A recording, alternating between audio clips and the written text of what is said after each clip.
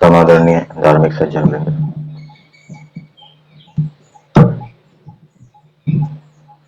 यजुर्वेद का 38वां अध्याय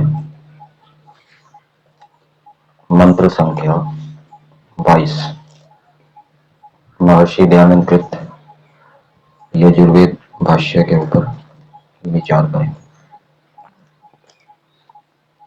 मंत्र है अतिक्रदत वृषा हरिर्महान मित्रो न दर्शतः सम सूर्येण दिद्युतत् सुदधिर निधि। इस मंत्र का देवता है यज्ञ और इसकी भूमिका ये समझनी चाहिए कि मनुष्य क्या करें। ये विषय चल रहा है, मनुष्यों को क्या करना चाहिए। तो इस मंत्र के भावार्थ को पढ़ते हैं, उसमें मनुष्य क्या करें उसका उत्तर मिलेगा। भावार्थ में दिया है, हे मनुष्यों, जैसे बैल व घोड़े शब्द करते और जैसे मित्र मित्रों को तृप्त करता है, वैसे ही सब लोगों के साथ वर्तमान विद्युत रूप अग्नि सबको प्रकाशित करता है, उसको जानो।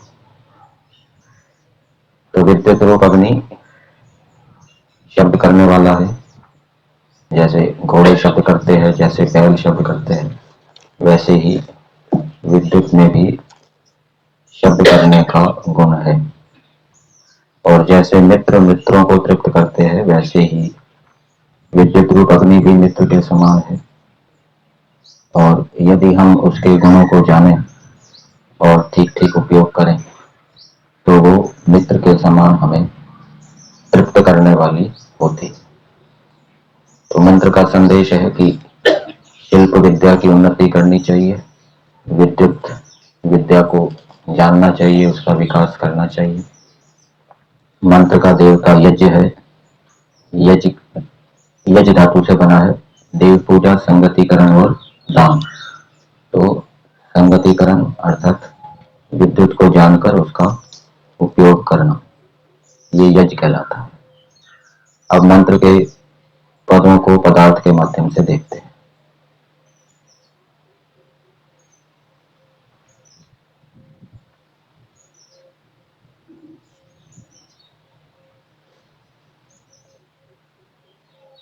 परमेश्वर मनुष्यों को उपदेश दे रहे हैं, हे मनुष्यों, जो वृषा वर्षा का निमित्त, ये विद्युत का विशेषण है। विद्युत वर्षा का कारण होती है, बिजली चमकने के बाद वर्षा होती है। हरि शीघ्र चलने वाला और विद्युत शीघ्रगामी होती है, शीघ्रता से एक स्थान से दूसरे स्थान तक जाती है। महान सबसे बड़ा, बड़े बड़े गुणों वाली है विद्युत। अति प्रदत्त शब्द करता हुआ, और विद्युत के अंदर ये विशेषता है कि वो शब्द भी करती है। मित्र मित्रः नः, मित्र के तुल्य।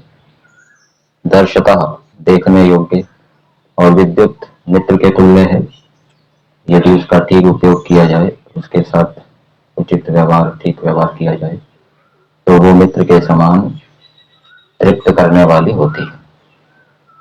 दर्शतः देखने योग्य है विद्युत, जानने योग्य है। सूर्य के साथ उदति, सूर्य के साथ अर्थात सूर्य की किरणों के साथ वो अंतरिक्ष में विद्यमान रहती है विद्युत। पृथ्वीलोक का देवता भौतिक अग्नि है, द्यूलोक का देवता सूर्य है, और अंतरिक्ष लोक का देवता विद्युत और वायु, दो देवता है। तो ये विद्युत अंतरिक्ष में रहती है सूर्य के साथ अर्थात सूर्य की किरणों के साथ। उदधि निधि, जिसमें पदार्थ रखे जाते तथा जिसमें जल इकट्ठे होते, उस समुद्र व आकाश में।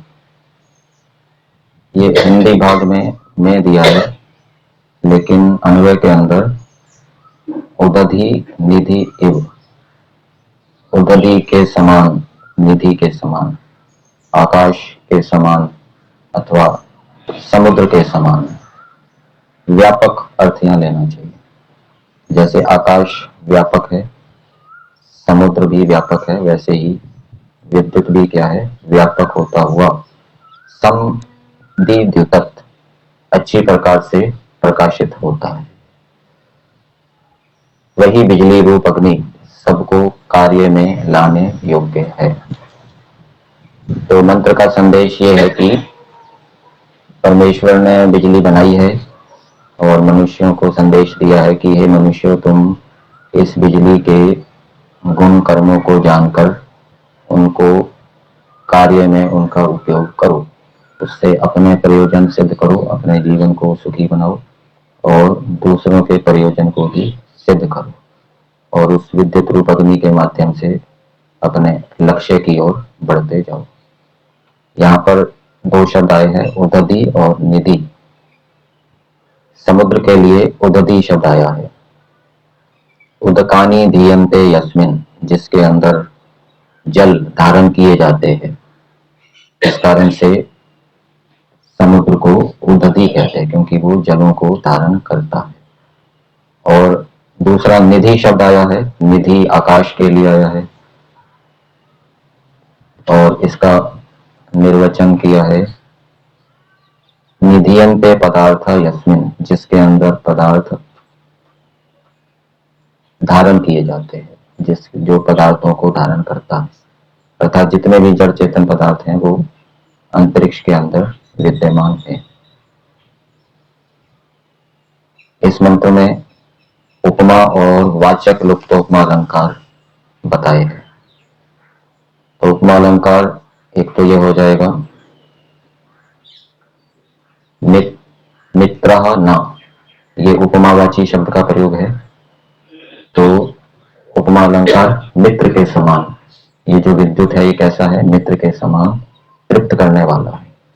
दूसरा वाचक लुप्तोपमा अलंकार है, और वाचक लुप्तोपमा अलंकार इसमें समझना चाहिए, उदधि और निधि, इनकी उपमा दी गई है कि ये जो विद्युत है ये समुद्र अथवा आकाश के समान है। यहाँ उपमावाची शब्द का प्रयोग नहीं किया, लेकिन जब हम अन्वय देखेंगे, अन्वय के अंदर दिया है सूर्येण सह उदधि निधि इव समद्विद्युतत्, अच्छी प्रकार से प्रकाशित होता।